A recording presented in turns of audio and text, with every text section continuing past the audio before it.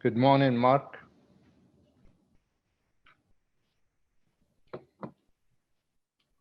Morning, Councillor.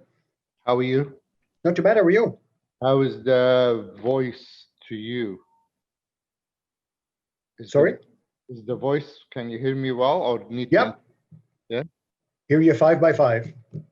All right. And why I can't get my picture going? You can't see me there, can you? Not yet.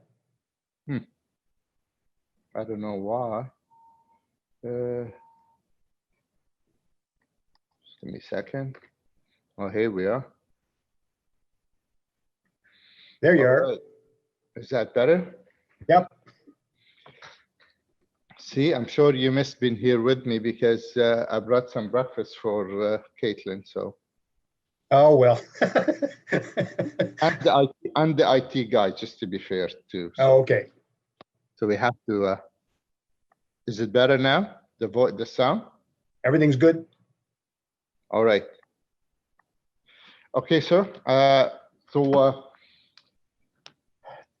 In the statement today, we have for both, right? Like the chair statement for this public meeting, consider, and then for the item mentioned below, written committee, whatever. Yep. And then we have one for the. One for the Court of Revision. Yeah, the court provision. Are we gonna go for that meeting or we don't know yet? The Court of Revision? Yeah. As far as I know, it's still on. I haven't heard any differently. Okay. And who's from Dave Ryan will be joining us, Mark? Yeah, Dave will be joining. Okay, so I'm just. And there's the statement just after we adjourn AIRAC, then you end up reading the statement for the Court of Revision. And we'll keep everybody unless somebody have to leave, right? We've been through this before. If somebody doesn't want to be, as long as we have quorum, right? As long as we have court for the court provision, or. Yeah, for the Court of Revision, all you need is the three AIRAC members. Okay. Okay. But no, but if the rest they want to, but I mean everything else should be straightforward, isn't it? Yep. Do we have any public speaker?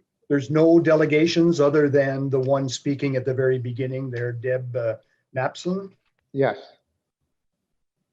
Napton. Yeah. So we'll do the consent agenda first, and then we'll go back to her first. Okay.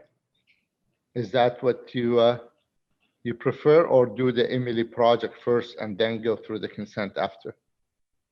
No, it's probably good to go through the consent agenda and then go back to Okay. to the presentation. I don't see anything is gonna get, unless I'm mistaken, but there's nothing really, because it's mostly surplus, like surplus slots and whatever. So. Yeah, they do have. There is a presentation if you want it for the item number 3, which is the briefing on planning and development charges. Yeah. Bill 197 there.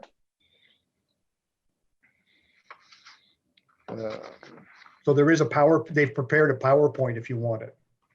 Well, we did ask because they said at the time they might not have enough information. Remember, Steve Willis sent us a memo. So do they have more info now, to your knowledge, or you whether it's more info, I don't know. It's Garrett Schramm that's going to be giving the PowerPoint. So it's legal that's giving the PowerPoint. Okay. But I'm not sure if anything is new on it or not. But it's not a very long presentation, right? Or you no, I don't think so. No. Okay. Well, we'll ask the committee member if they want to have. I think it would be helpful to have a presentation, to be honest with you, because it was a moving target, and on the planning committee, which is I attend, they didn't have a lot of information at the time. So right. That's why Steve Willis, if you remember, he pulled that the last time.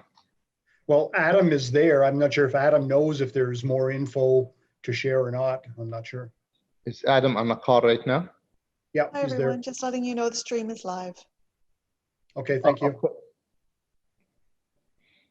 Good morning, Mr. Brown. Good morning. Sorry, I just heard my name, but I'll be honest, I wasn't really paying attention to the conversation. I heard something about a presentation.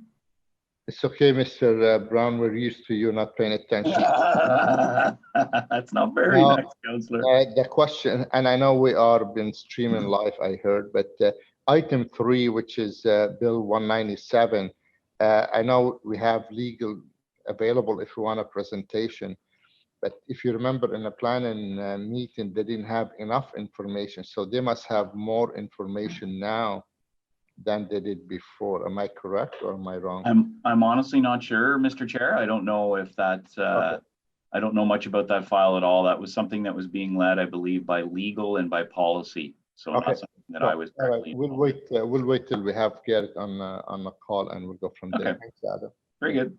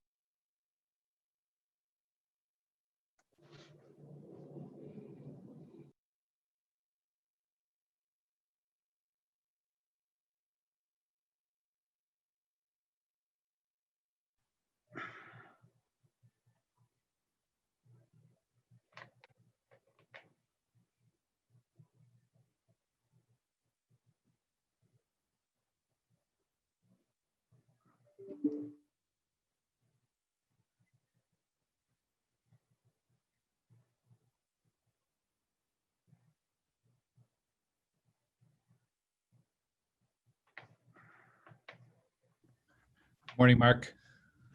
Morning, Counselor. How are you? I'm good. I'm good. No last minute technical motions or anything today?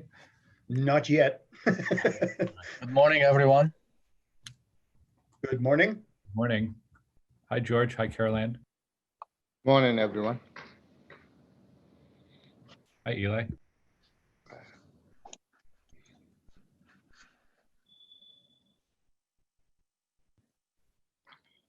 Mark, I don't have the agenda in front of me because I couldn't print it, my machine. The item on Bill 197, what number is that on the agenda? It's Item number 3. Number 3? Okay. Yep. Is Steve Willis going to be available to talk about that? I believe it's Garrett Schramm that's doing the presentation on that. Okay, thanks. Just confirming, Counselor, I'll be presenting on that. Okay, thank you.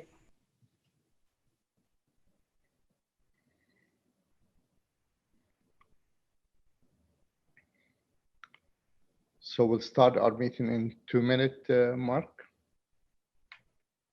Yeah, anytime, Counselor. 2 minutes.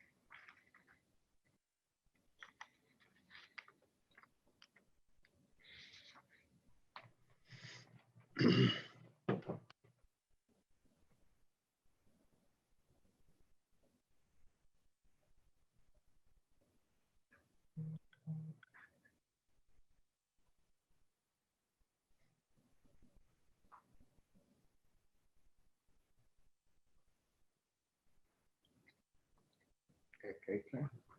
We should always read that, right? The first page is the code and all that stuff.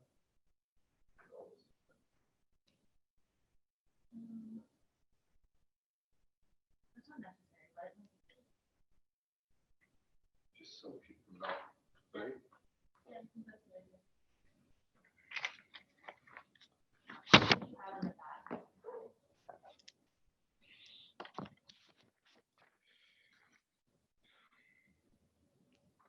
Good morning, colleagues, our staff. I'd like to call our meeting to order. Agriculture and Rural Affairs Committee, Agenda 17, Thursday, October 1st, 2020. This meeting will be held through electronic participation in accordance with Section 238 of Municipal Act 2001 as amended by Bill 197, the COVID-19 Economic Recovery Act 2020. This meeting may be viewed online on the Ottawa City Council YouTube channel. The City of Ottawa continues to take COVID-19 seriously and follow the advice of provincial and federal governments is making significant changes to the service and programming to help protect health and well-being of the community. City Hall is temporarily closed to help stop the spread of COVID-19. In-person committee and council meeting have been canceled. Such meetings as warranted will be held electronically under further notice. For more information about service disruption, please visit our COVID-19 webpage. Person wishing to provide comment on any of the items contained here should refer to the process detail and attached to this agenda as Annex A. So we'll go first, colleague, with the consent agenda, and then we'll have our delegation first. So on a consent,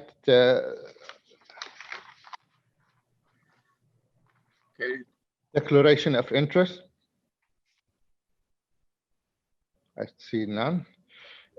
Confirmation of minutes 16 minute meetings of September 3rd, 2020 of the Agriculture and Rural Affairs Committee.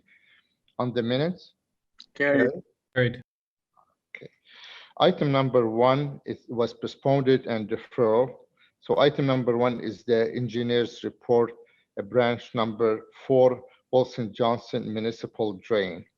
That the Agriculture and Rural Affairs Committee recommend that council adopt the engineer's report prepared by Robinson. Councillor, Yes.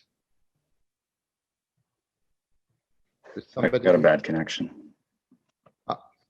That's okay, Dave. Ryan, we just reading item number 1. So if we have any question, we'll come to you. That's item number 2, Councillor, just to let you know. Oh, yes, because the item.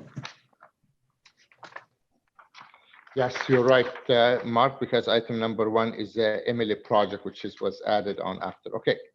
So we'll follow, yeah.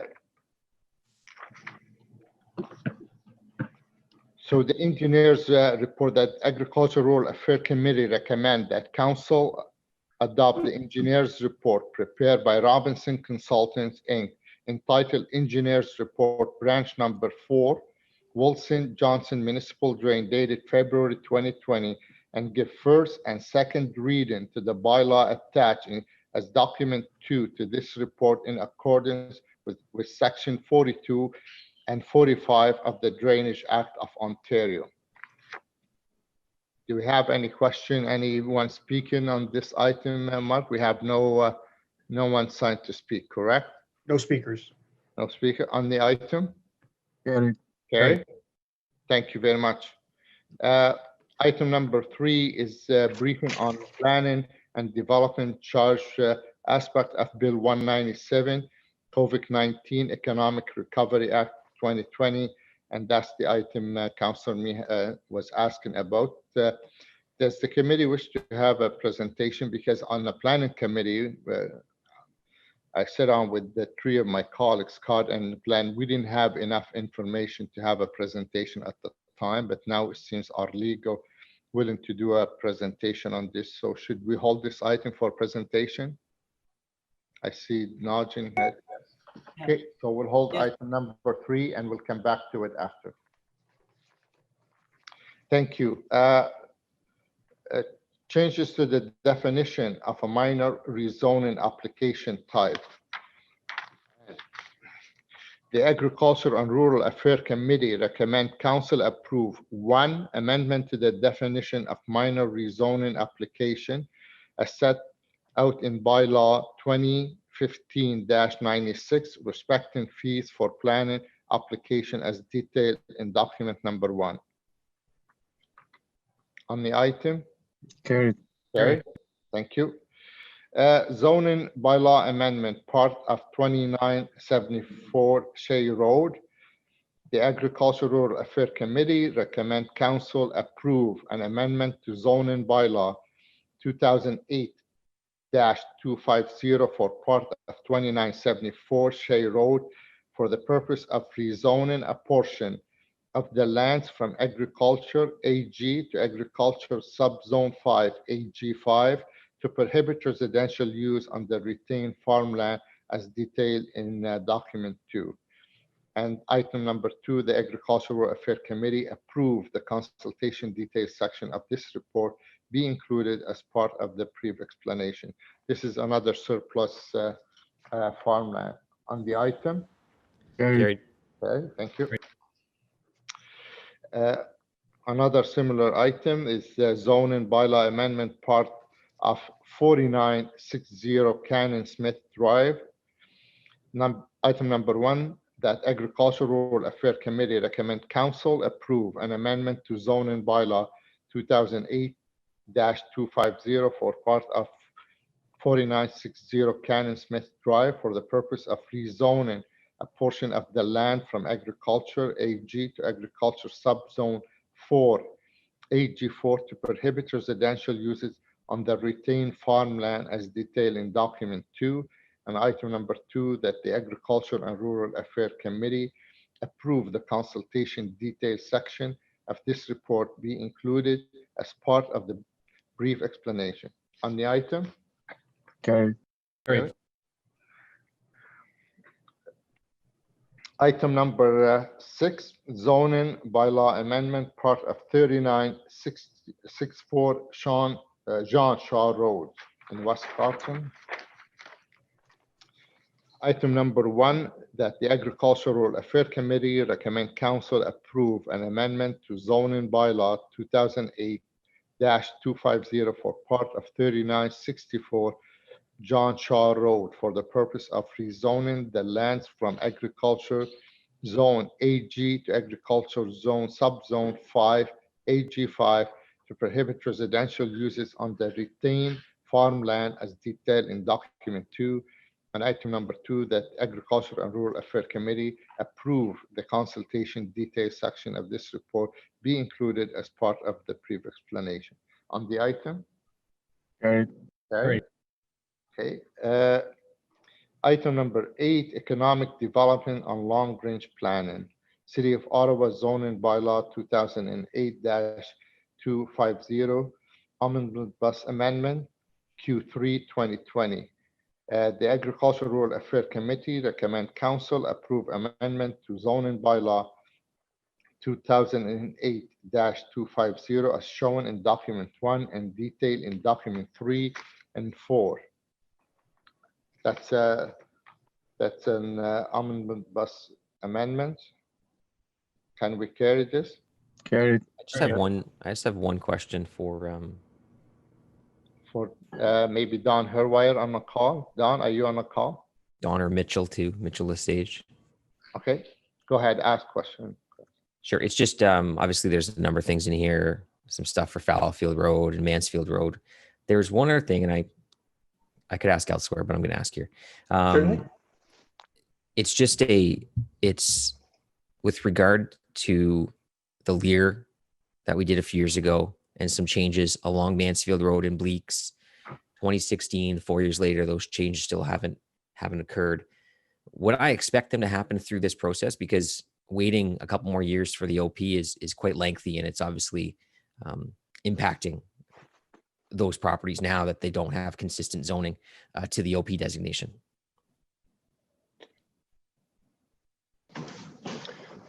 So just to clarify your question, Councillor, you said waiting for the OP. Did you mean waiting for the new comprehensive zoning bylaw versus that's just it, right? So they are already in the OP. So you're right. It would be the comprehensive zoning bylaw. So that could be 2, 3, 4 years away. And we've already been waiting 4 years from the council decision on zoning as it stands, which impacts for severances and stuff like that. Sure. Mitchell, I'm not sure if you're aware of this one. If not, we can look into that and get back to you on possible timing. I think that would be a good idea. All right. Thanks, guys. Okay. So can we carry the item and staff can provide us with more explanation? Okay. Great. On the item, okay, thank you very much. Item number 9, zoning bylaw amendment to permit reduced parking rate for the large-scale warehouse and industrial building. And that's a citywide that the Agricultural Rural Affairs Committee recommend that council, 1, approve an amendment to section 101 of zoning bylaw 2008-250 for warehouse, light industrial, heavy industrial, and technology industry minimum parking rate as detailed in document 1.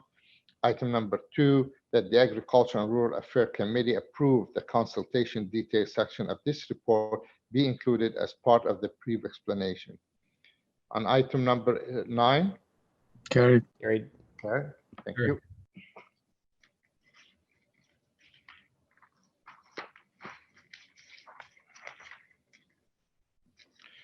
item number 10, that's amendment to the engineer's report, John Taylor, municipal drain, realignment and modification.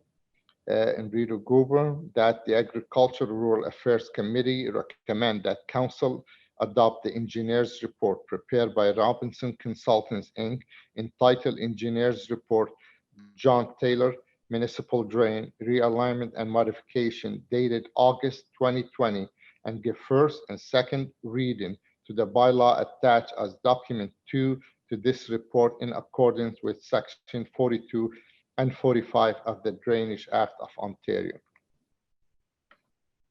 On the item? carried, Carried. Thank you very much. And now we will go to our first. I think, Mr. Clerk, I don't think I read the chair's statement for the public hearing for OP and zoning item. So maybe I should read it now. Oh, sorry, I thought you had read it, but yeah, No, please. I read the Zoom meeting, unfortunately.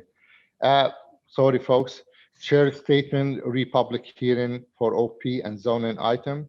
This is a public meeting to consider the proposed comprehensive official plan and zoning bylaw amendment listed as item 4 to 9 on today's agenda.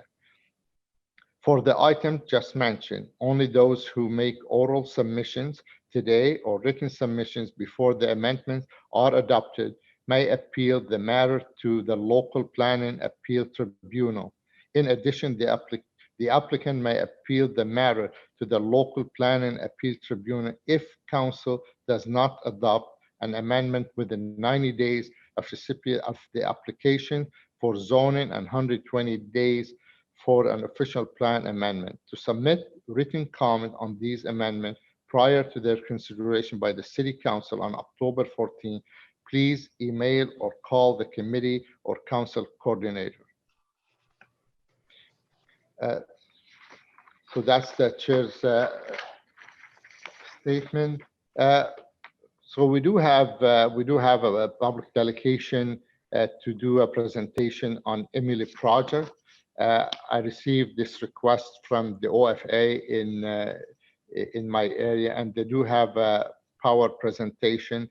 And I'd like to, Deb, before you do your presentation, give the committee small or little information on Emily project. And this has been done right across the province, but it might be something new to us. So if you can spend a couple of minutes, tell us about the Emily project, and then we'll go to your presentation. So with that, we have Deb Napton. She'll be doing the presentation on behalf of the OFA. Deb, we'll turn it to you. Hi, Eli. Thanks very much. It's nice to see everybody. I think the PowerPoint actually will explain the project pretty well as we go along. So if we want to just jump right into that, I think that would be good.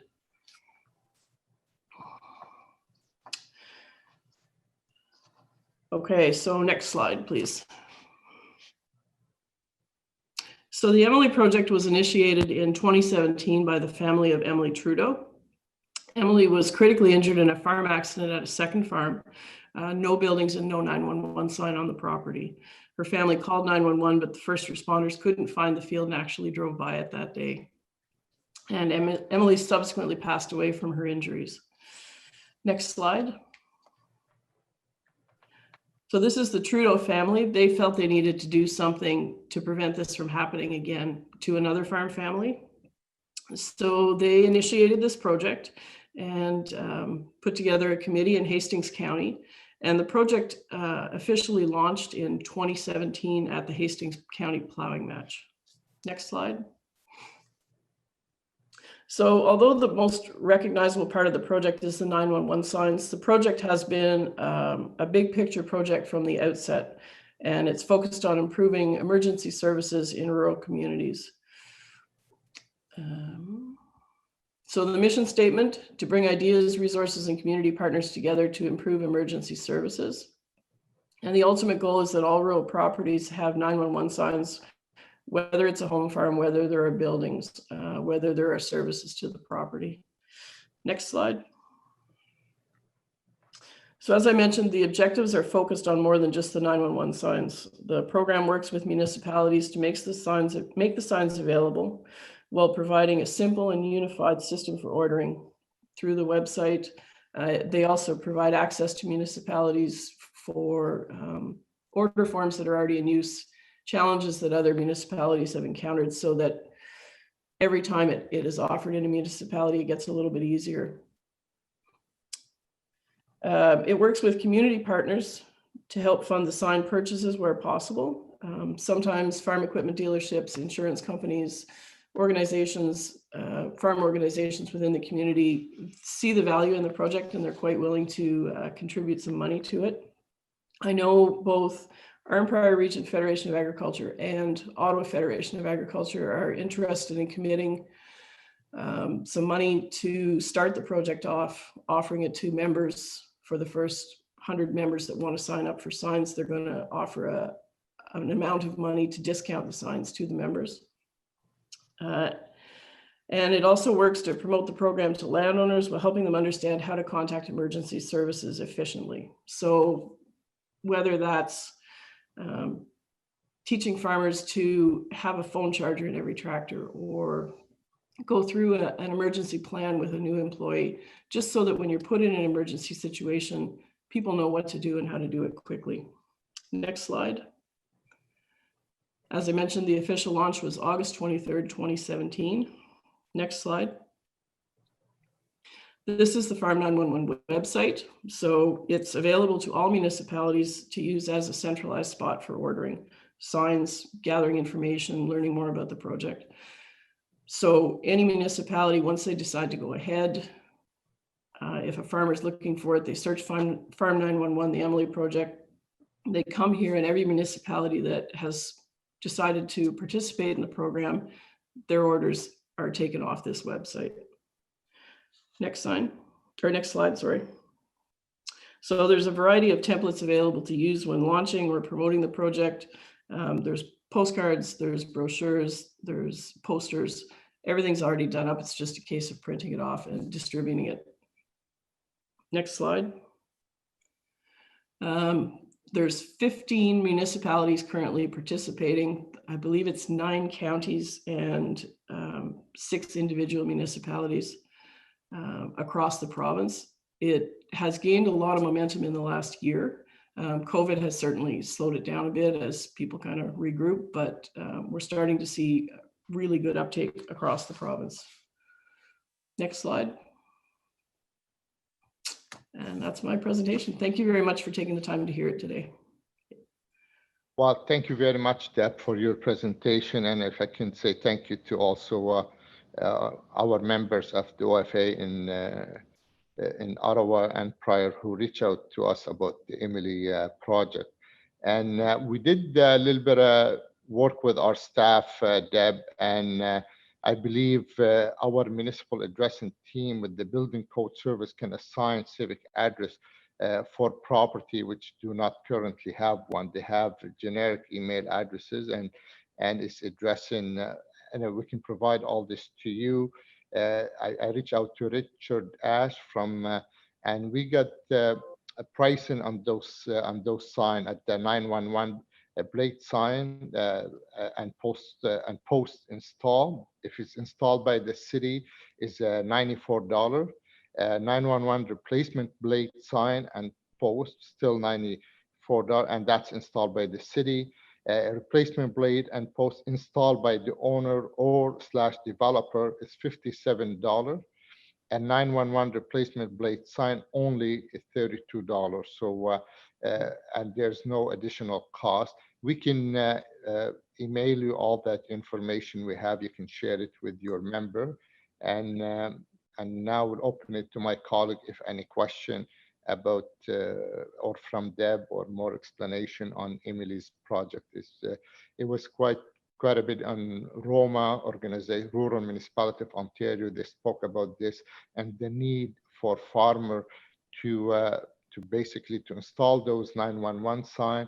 I know the city of Ottawa, they have GPS technology on a fire truck and can identify property even if they don't have the blade on it. But I'm not sure if every municipality or small rural municipality in Ontario have that technology, but also it's helpful for anyone to have those blade signs on their farm gate, especially now the farm are hundreds, if it's not thousands of acres. So anyway, we'll open the question to my colleague. I didn't see any hand raised, but is anyone, oh, sorry.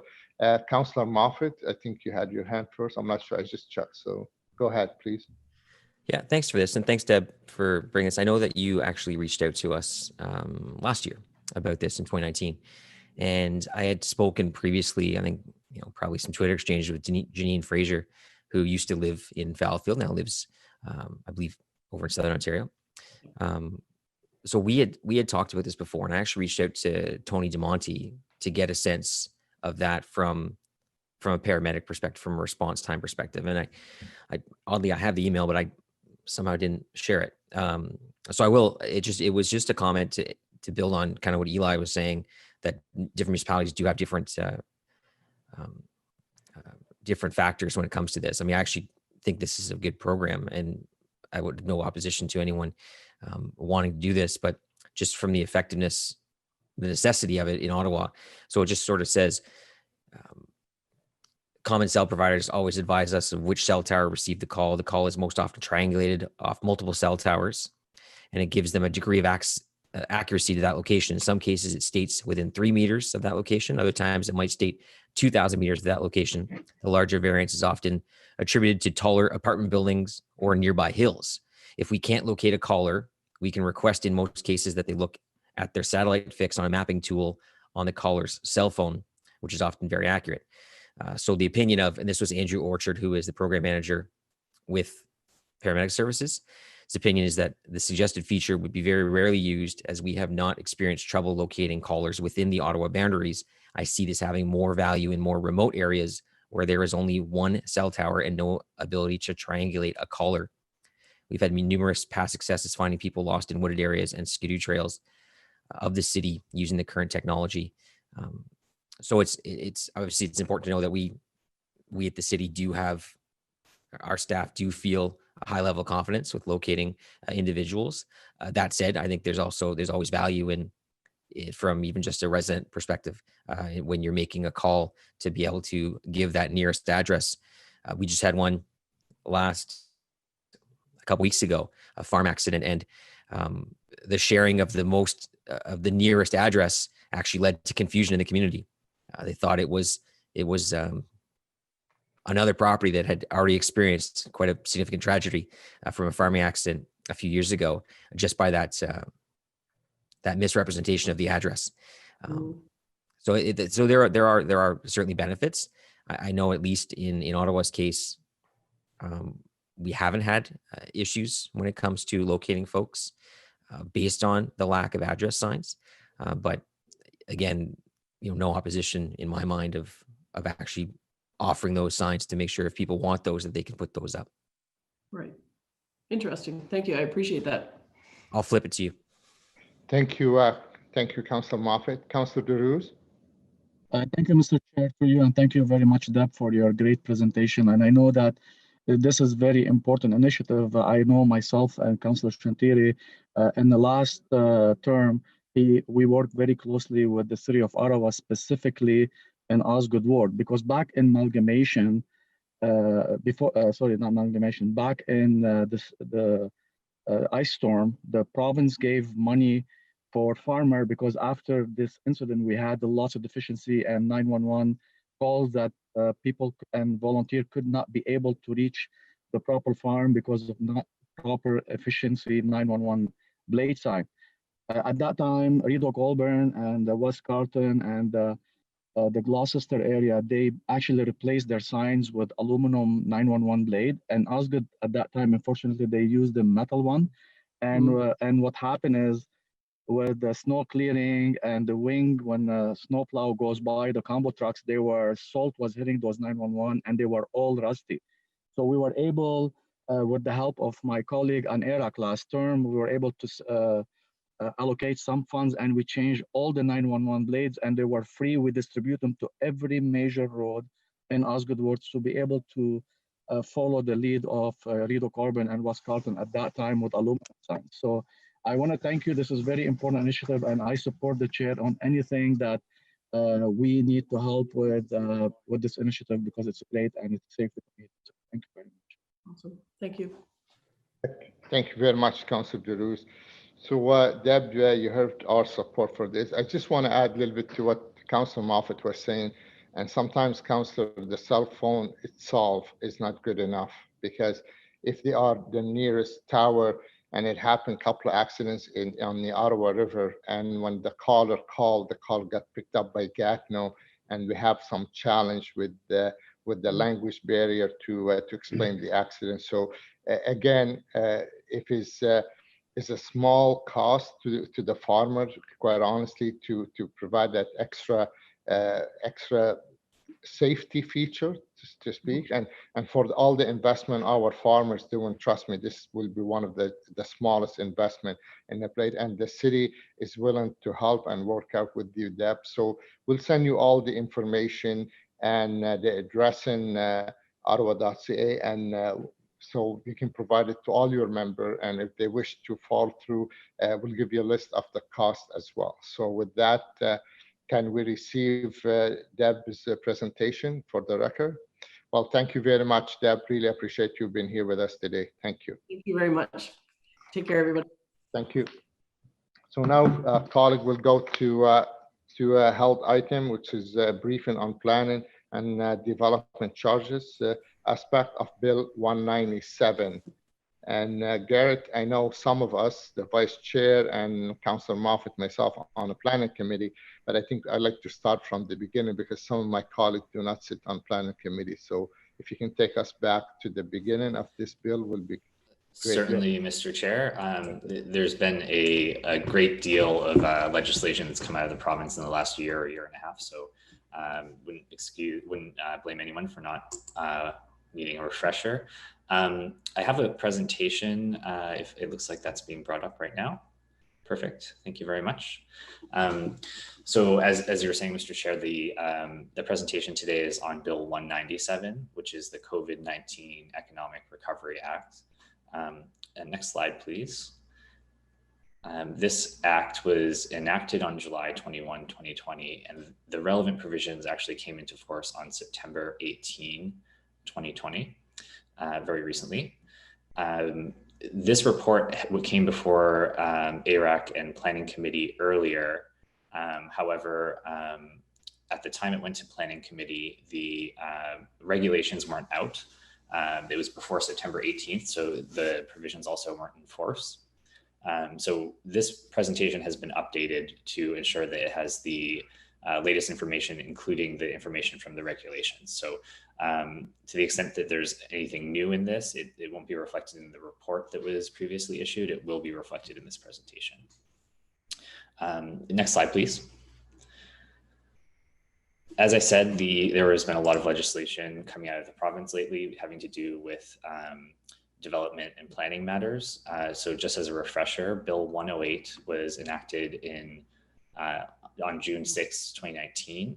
That legislation made some pretty sweeping changes to the Planning Act and Development Charges Act. And many of those provisions did not immediately come into effect.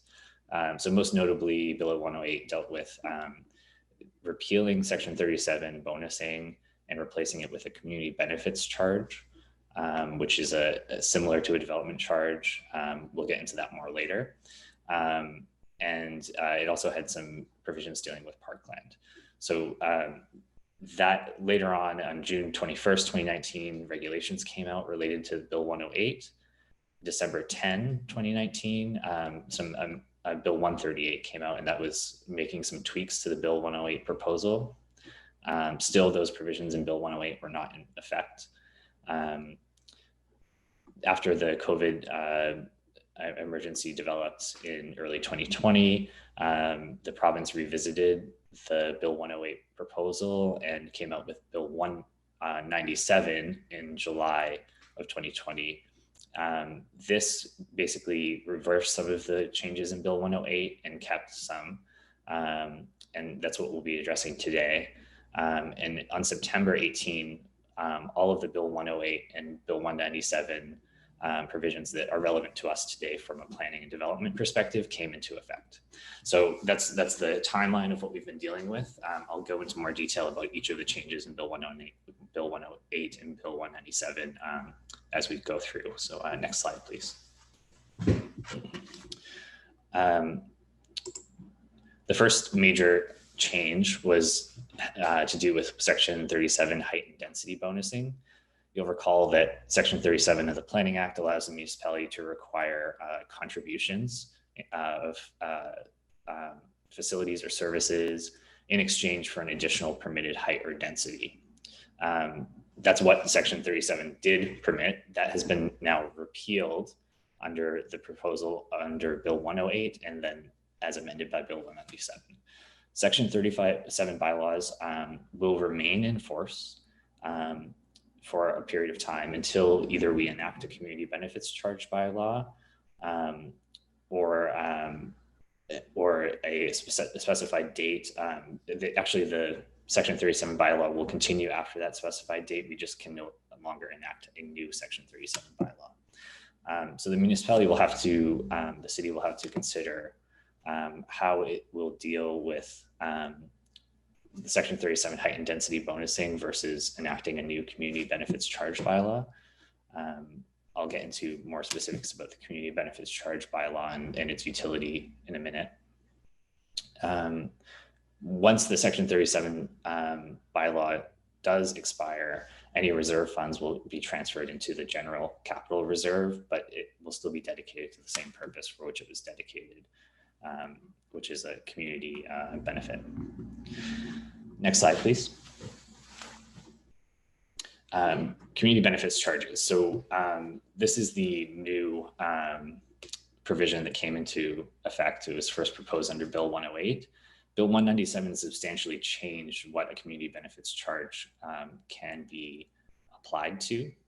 Community benefits charges are now much more limited. They can only apply to high density residential development.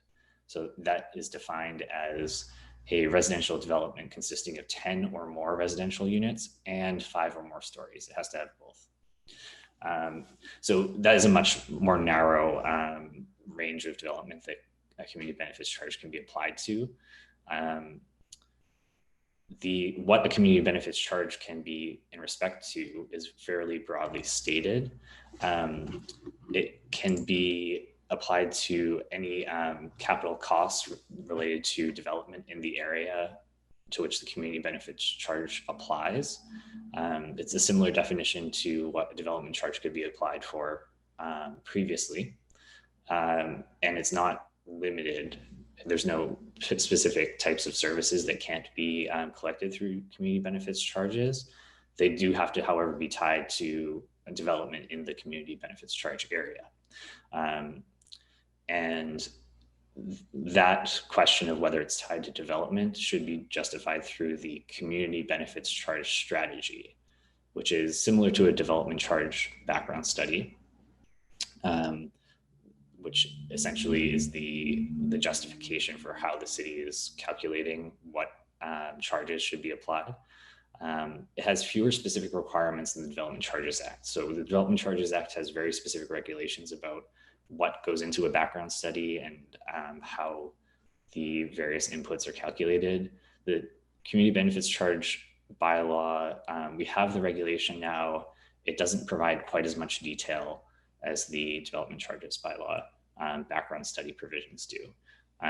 We still have to articulate what growth we're anticipating and what level of service we want to provide and what additional services we're going to try to collect through a community benefits charge, and justify how much of that is attributable to existing versus new development. But we don't have as much detail in terms of how to implement that. So we might have more flexibility under those regulations, but it remains to be seen. Next slide, please. So development charges. The amendments also came into force in September 2020. The Development Charges Act has been changed. Under the old Development Charges Act, the services which were eligible to be collected through development charges were not specifically listed. There was a list of things that were exempt from being collected through development charges. The approach changed with Bill 108 and it continues under Bill 197. It now lists a list of services that are eligible. If we go to the next slide, I've copied those services into the slide. So this is a bit of a wall of text, but this is a list of all the services which are eligible to be collected under Bill 197 as a development charge. The services that are in bold on this slide would not have been recoverable as development charges under Bill 108 as it was originally drafted. So you can see that Bill 197 expanded the list quite a bit from what was proposed previously under Bill 108. So that's good for us. The regulations that were proposed later on in the process added some of these items to the list. So over time, as the list developed, it got closer to the Bill 197 list, but the Bill 197 list ultimately is bigger than what was under 108. The other thing to keep in mind, and this also applied to Bill 108 as well, that the bolded services were those that used to be under the Development Charges Act, services which were termed soft services, those which would have been subject to a reduction in the process of calculating the charge. So soft services had a 10% reduction off the top that we couldn't charge for. That 10% reduction no longer exists under the Act. So we can charge for 100% of soft services such as childcare, housing, parks, and recreation. Another point to note too is that the regulations clarified that we can't, as it says in the list, we can't charge for the acquisition of land for parks, but we can charge for the acquisition of land for recreation services. So community centers, rec centers, that kind of thing. We can collect development charges for paying for acquisition of land for a rec center. Otherwise, the regulations didn't change much in terms of this list. Next slide. The development charges enacted under the legislation as it existed prior to September 18, those bylaws will remain in force for 2 years until September 18, 2022, or until council decides to elect to enact a community benefits charge bylaw, whichever is sooner.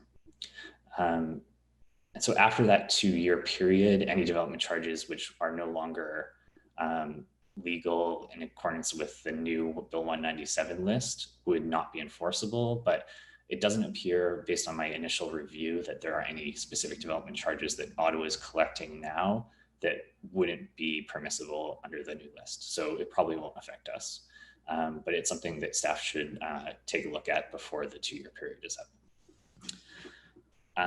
The next slide, please. Finally, well, there's two more main points. First, Parkland Dedication.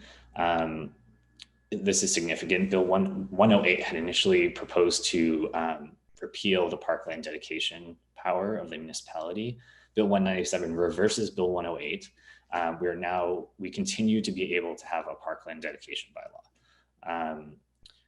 The one catch is that the current Act, and as amended as well, continues to allow us to collect an alternative rate. An alternative rate in the Act is calculated on the basis of, it basically applies to high density residential, and we would apply a rate of 1 hectare per 300 units for dedication of parkland. And there's a different rate for cash in lieu as well. That is an alternative to the easier way of calculating it, which is based on a percentage of land, 5% of land for residential. Our bylaw does have this alternative rate provision. For municipalities that have chosen to enact an alternative rate provision, we have to our bylaws are going to expire on September 18, 2022. If we want to continue to use that alternative rate provision. We'll have to reenact our Parkland dedication bylaw before then if we want to continue to do that. And that also will open our bylaw up to an appeal. The appeal would be limited to argument about the appropriateness of the alternative rate. And it would be open for any affected person in the municipality to appeal. So this basically is a mechanism that allowed our bylaw to come open to appeal, even though it's been enacted for a long time. And our deadline for that is, again, September 18, 2022. Next slide, please. Finally, the minister has power under Section 47 of the Act to issue orders. Under the old Act, the minister could issue orders with respect to zoning or subdivision approvals. The Bill 197 permitted the minister also the power to issue orders with respect to site plan approval. Under the new provision, the minister can effectively exempt a property from municipal approval of site plan and direct that site plan be approved by the minister on terms dictated by the minister. The municipality still would enter into the agreement, the site plan agreement, but the minister's conditions would have to be in the agreement. This hasn't been used in Ottawa very frequently, if at all, to my knowledge. I do know that the minister's orders have been issued more frequently in the Greater Toronto area. So it's unclear whether this will be something that we'll be seeing more in Ottawa, or if it's mostly going to be relevant to the GTA. So that is my presentation. Obviously a lot going on with the legislation right now, and I'm happy to answer any questions you have that arise from this, and thank you. Thank you very much, Gav, for your presentation. I don't see any hands. Maybe my colleague will raise their hand now. Question for you. When you talk about minister can make that decision, so is the minister's decision, can that be appealed, or that's not appealable? That decision would not be appealable. It would be the minister would effectively issue an order that would be a regulation to the Planning Act. We've seen in the last year, there have been about, I'd say about a dozen or so of those orders in the GTA area, like Hamilton, Toronto, I think some appeal. So haven't seen any in Ottawa yet. But basically it's not appealable, what you're saying. My recollection, no, I could double check that, but it doesn't seem to be appealable. Okay. So Councillor Meehan have a question. Councillor Meehan. Thank you, Mr. Chair. Yeah, this is really quite involved, isn't it? I guess the first question I'd just like an explainer on is, how do you envision the changes to the DC law in terms of the percentage of parkland? Right now, it is based on a percentage of the density. Now it's going to be quite specific. 1 hectare per 100 units, if I understand that correctly. Many of the plans that we don't really, how can we actually determine how this is going to affect us? I guess in essence, will we see smaller parks in the future, or will this actually have a benefit? A higher density will require greater parkland. So thank you for the question, and through you, Mr. Chair, I don't anticipate this will change our ability to collect parkland. Our current bylaw remains in force, to be clear, for at least the next 2 years. We currently, under our current bylaw, have this alternative rate, which I've been referring to it as. We have one rate for residential development that is just based on a percentage of the land, or if they're doing cash in lieu, it's the value of that land. My recollection is it's 5%. And then we have an alternative rate, which currently applies, that is it's for higher density residential development. So we're building a condo or an apartment tower, that kind of thing. That rate will apply currently on, it's 1 hectare per 300 units. 300 units. Correct, yes. And then there's a separate rate that also applies. It's a slightly different rate that applies when you're doing cash in lieu versus dedication. That 1 per 300 is for dedication of the land itself on the property for a park. When you're doing cash in lieu of dedicating land, it's 1 per 500 units. So could this actually have an impact on what a developer wants to put on a site? It currently isn't enforced that rate already. So I don't. Future wise though, how do we envision it going forward? Because we are trying to increase density, certainly around the transit lines and things like that. So I think there is the rate isn't anticipated to change unless we get some other direction from council. What the change in the legislation does is allow a developer to appeal our rate at some point when we reenact it in the next 2 years. So we might see a legal challenge to the rate that we're charging. The rate that we're charging is the exact one that is permitted under the legislation. So I'm not sure what grounds they would have to really appeal, to be honest. But we could see a legal cost associated with fighting those appeals. In terms of how it will change incentives for developers, I'm not aware of any suggestion that we're going to change our rate. And so it should continue to be the same rate, which is what developers are aware of and building in accordance with now. But the intent of these changes really is to allow developers to speed up and take some of the barriers to housing development away. So overall, would you say that this is good for us, or would you say that this will be a little bit more problematic in the way that we development is allowed? Yeah, I would definitely agree that the province has stated that the intent of the legislation that we've been talking about is to reduce barriers to housing development. I think the changes we're seeing in Bill 197 overall are favorable to the municipality. They kind of take into account some of the comments that the province had received to Bill 108, which we had comments from council and staff as well on those. And so I think it does take into account some of those changes. It gives us the flexibility we need under development charges, for instance, to continue to collect what we're collecting. And the community benefits charge has been reduced in importance, which honestly is makes sense from the way. And so it would certainly then make sense for us to tackle the community benefits bylaw and get that in place before the time runs out and they decide to do it for us, I suppose. So there's not a suggestion that the minister could enact a community benefits charge for us. We do have, when we enact the community benefits charge bylaw, our authority to collect our Section 37 bonusing goes away.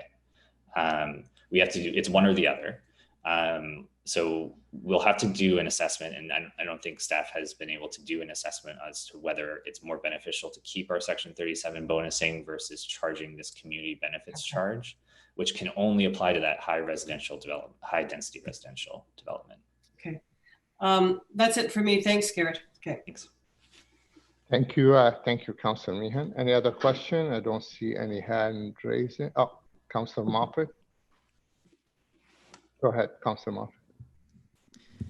Thanks. Just briefly, I think Garrett sort of summed it up. There are certain bills that come out of the province, regardless of which government it is. I think of Bill 181, with some election changes back in 2016, but certainly Bill 108 was confounding from a municipal governance perspective and saying, well, did anyone even consult municipalities on a bill like this? It was the same with Bill 181. It's almost as though the people who write these bills don't actually know anything about the 444 municipalities in the province of Ontario. So I think Bill 197 helps to correct, regardless of COVID, this needed to happen. If they want to use COVID as a cover for amending Bill 108, then so be it. I'm fine with it. But those changes needed to happen because they were detrimental to the operation of a municipality. So thanks for this. Thanks for the update. Thank you, Councillor Moffat. I see no other hand. Thank you very much, Gary, for your presentation. Don, I saw you earlier. Do you have something you want to add to what Garrett was saying, Don Herwire, or you're good? No, I think Garrett and Councillor Moffat have captured it. The excuse me, the changes made in terms of the Parkland dedication were something the municipality was seeking. And just want to say that we will be moving to a new bylaw. So look for that in the next 2 years. And question, Garrett, you or Don, is September 22nd, 2022, is that date can be advanced? Because as you know, that year with the big E in it, so. Yeah, thank you for the question, Mr. Chair. I know it's on our work plan for 2021, so I would expect we would be delivering that in advance of that timeframe. Okay, all right, that's good to hear. Thank you very much. Mr. Coordinator, Mark, do we need to receive this presentation? We don't have to carry, just receive it, correct? Yeah, I think it's just receive on this specific item. Okay, so can we receive the item 3? No, thank you very much, folks. Thank you, and thank you again, Garrett, for your presentation. That will conclude our held item. We have no one to speak. Inquiries, any inquiries? Other business? For some of my colleagues, we will be adjourning from Iraq momentarily, but we will reconvene under the Court of Revision. I'm not sure if all of my colleagues like to stay, but they're welcome to stay, but we need at least 3 of us to be on the next item. So with that, the next meeting is Thursday, November the 5th. Now I need a motion to adjourn from Iraq. So Motion move. to adjourn. Thank you very much, folks. And please, we need a minimum 3 of us to stay, and myself and 2 other councillors for the next item. Court of Revision amendment to the engineering report for the Ringenball Municipal Drain dated February 2020.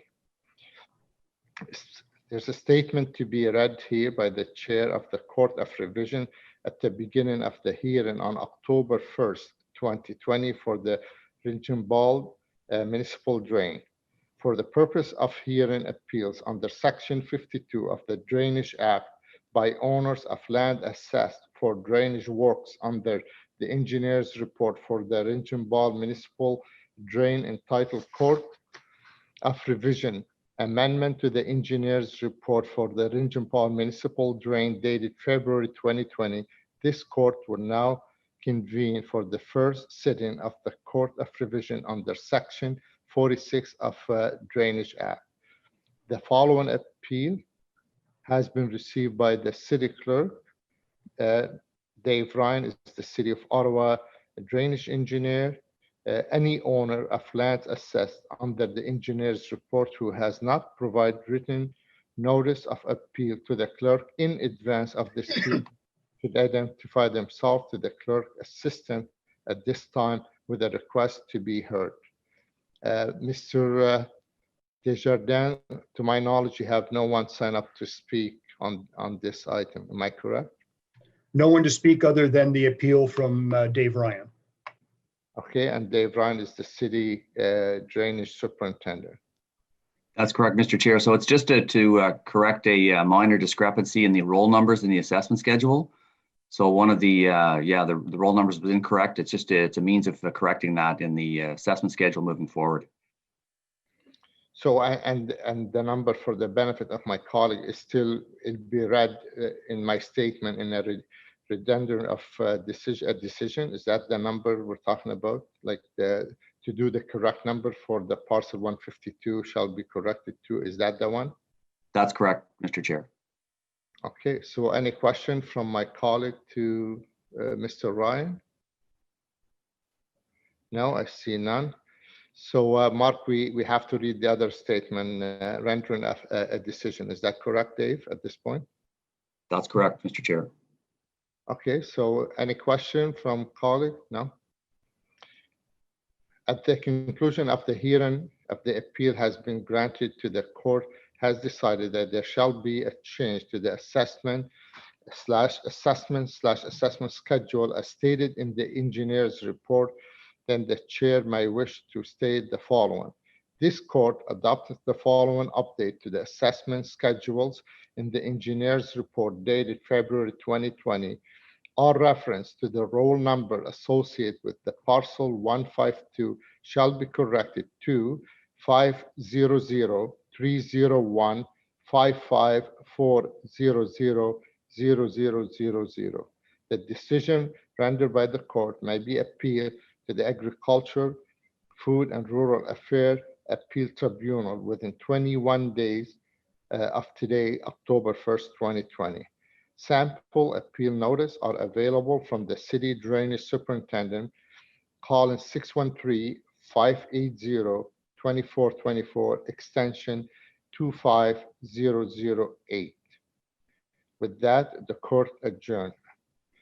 At the conclusion of the hearing, if no appeal has been filed or if appeal has been filed, the court has decided there shall be no changes to the assessment as stated in the engineer's report. Then the chair stated the following. This court adopt the assessment in the engineer's report dated February 2020. You don't have to read the rest, Chair. It was just the first one. All right. So with that, we are good, Mr. Ryan, because we were told the last time we were going too fast, so I tried to slow down as much as possible. Have we missed anything? Not to my knowledge, Mr. Chair. There's nobody, we've received no appeals and just other than that minor correction. So we should be, this is the Amazon site. Basically, the costs are being paid by them. So it's by the Amazon. That's so correct. With that, again, if someone need a sample of appeal notice, they can call the City of Ottawa number 613-580-2424, extension 25008. With that, the court adjourned.